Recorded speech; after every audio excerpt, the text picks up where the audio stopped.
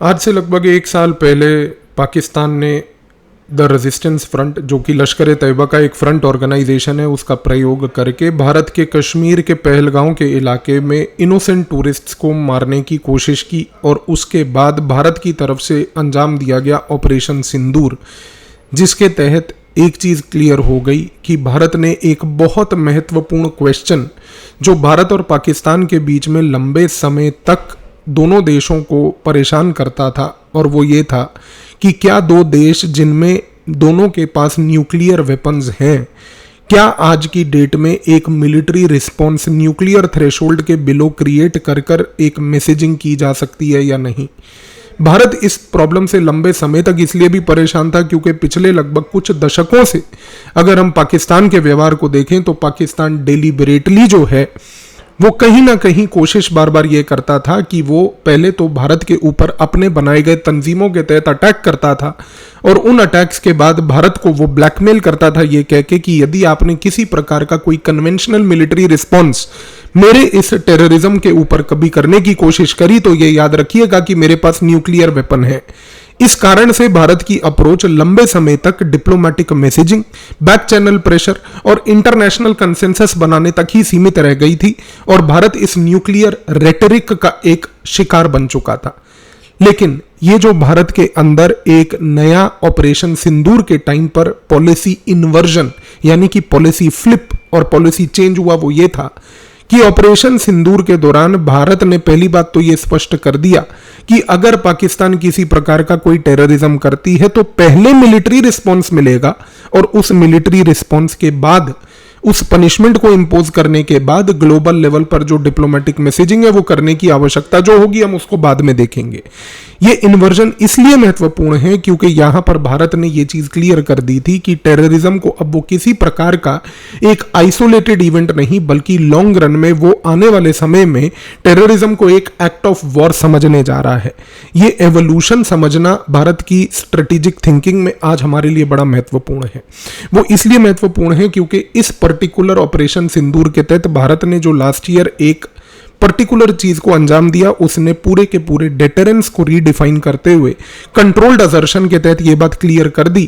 कि भारत आज की डेट में पहली बात मिलिट्री रिस्पॉन्स और कॉस्ट इंपोज डेफिनेटली करेगा। ऑपरेशन सिंदूर में टारगेटेड तरीके से जब मिलिट्री टारगेट्स को और टेररिस्ट इंफ्रास्ट्रक्चर दोनों को अटैक किया गया तो भारत ने एक क्लियर सिग्नल पाकिस्तान को यह दिया कि हम आपकी टेरिटरी में मात्र सिर्फ टेररिस्ट इंफ्रास्ट्रक्चर को डिस्ट्रॉय नहीं करेंगे बल्कि टेररिस्ट इंफ्रास्ट्रक्चर के साथ साथ आपका जो मिलिट्री इंफ्रास्ट्रक्चर है और वो मिलिट्री इंफ्रास्ट्रक्चर जो इस टेररिस्ट इंफ्रास्ट्रक्चर को सपोर्ट कर रहा है, इन दोनों को टारगेट किया जाएगा। और ये दोनों को टारगेट करने के बाद भी पाकिस्तान का न्यूक्लियर ब्लफ किसी तरीके से भी यहां पर मटीरियलाइज नहीं कर पाया। भारत ने यह बात क्लियर कर दी कि गेम सारा इस मोमेंट पर ऑपरेशन सिंदूर के तहत पहली बात प्रिसिशन गाइडेड मिसाइल्स और रॉकेट्स, इलेक्ट्रॉनिक वॉर और एयर डिफेंस सिस्टम्स का है। और जिस देश के पास precision guided missiles, electronic war capabilities और इंटीग्रेटेड एयर डिफेंस सिस्टम है, वो आज आउटकम्स को अपने तरीके से शेप करेगा, जैसे भारत ने शेप किया ऑपरेशन सिंदूर के दौरान पूरे के पूरे इन्वायरमेंट को।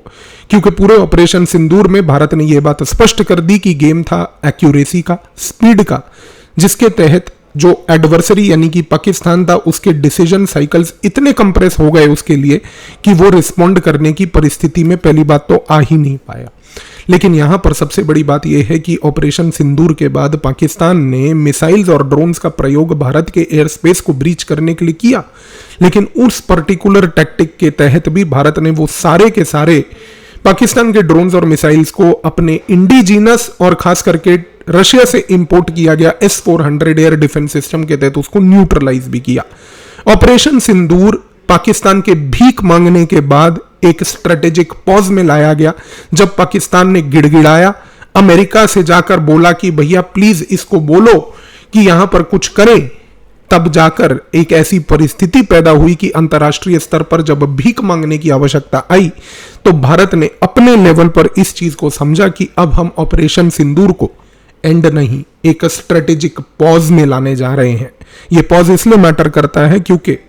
यहां पर हमने अपने तरीके से पॉलिटिकल ऑब्जेक्टिव्स को डिफाइन किया, उनको अचीव किया, और ये पॉलिटिकल ऑब्जेक्टिव्स को अचीव करने के बाद हमें जब आवश्यकता लगी कि अब इस ऑपरेशन को एक पॉज में ला देना चाहिए, उस ऑपरेशन को पॉज में लाया गया। लेकिन इस ऑपरेशन का आउटकम सबसे बड़ा ये निकला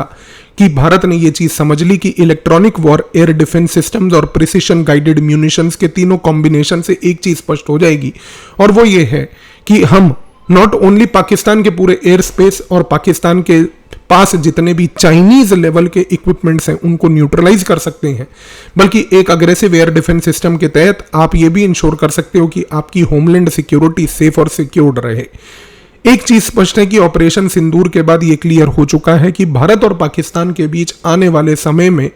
पहली बात तो जितने भी कॉन्फ्लिक्ट्स हैं वो किसी भी तरीके से प्रोलॉन्ग नहीं होने वाले, वो डेफिनेटली जो होंगे वो शॉर्ट होंगे, हाई इंटेंसिटी ऑपरेशंस होंगे, और इन हाई इंटेंसिटी ऑपरेशंस में ऑब्जेक्टिव्स को अचीव करना स्पीड और एक्यूरेसी से डिसाइड होगा। इस मोमेंट पर अगर आप ऑपरेशन सिंदूर और पोस्ट ऑपरेशन सिंदूर इंडिया पाकिस्तान के स्ट्रेटेजिक एनवायरनमेंट को देखें और जो हाल ही में चल रहे ईरान के कॉन्फ्लिक्ट को, जो उस समय ईरान और अमेरिका की ये जो वॉर चल रही है उसको देखें, तो गेम बहुत अलग है। क्योंकि ईरान की रणनीति रही है मोज़ैक डिफेंस, ईरान की रणनीति रही है यहां पर ये करने की कि वो पूरे के पूरे गेम को प्रोलॉन्ग कर रहा है, क्योंकि उसको ये बात पता है कि अमेरिका एक लॉन्ग कॉन्फ्लिक्ट नहीं झेल सकती। लेकिन पाकिस्तान के केस में भारत ने ये स्पष्ट कर दिया कि लॉन्ग कॉन्फ्लिक्ट तो अब सवाल ही नहीं उठता है, गेम उठता है तो केवल और केवल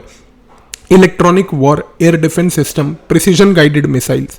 ये तीनों चीजों का जो फ्यूजन भारत ने आज समझा है, इन तीनों चीजों के फ्यूजन के लिए जो पोस्ट ऑपरेशन सिंदूर बजटरी एलोकेशन इस साल का डिफेंस सेक्टर को मिला, आत्मनिर्भरता पे जो भारत इस मोमेंट पर डिफेंस सेक्टर में कर रहा है, उससे एक चीज डेफिनेटली स्पष्ट हो जाती है कि इंडिया पाकिस्तान के बीच में प्लेबुक आज ऑपरेशन सिंदूर के बाद कंप्लीटली रीराइट कर दी गई है। और ये जो नई प्लेबुक है, इस प्लेबुक का तोड़ इस मोमेंट पर पाकिस्तान के पास कतई ही नहीं है। Thank you.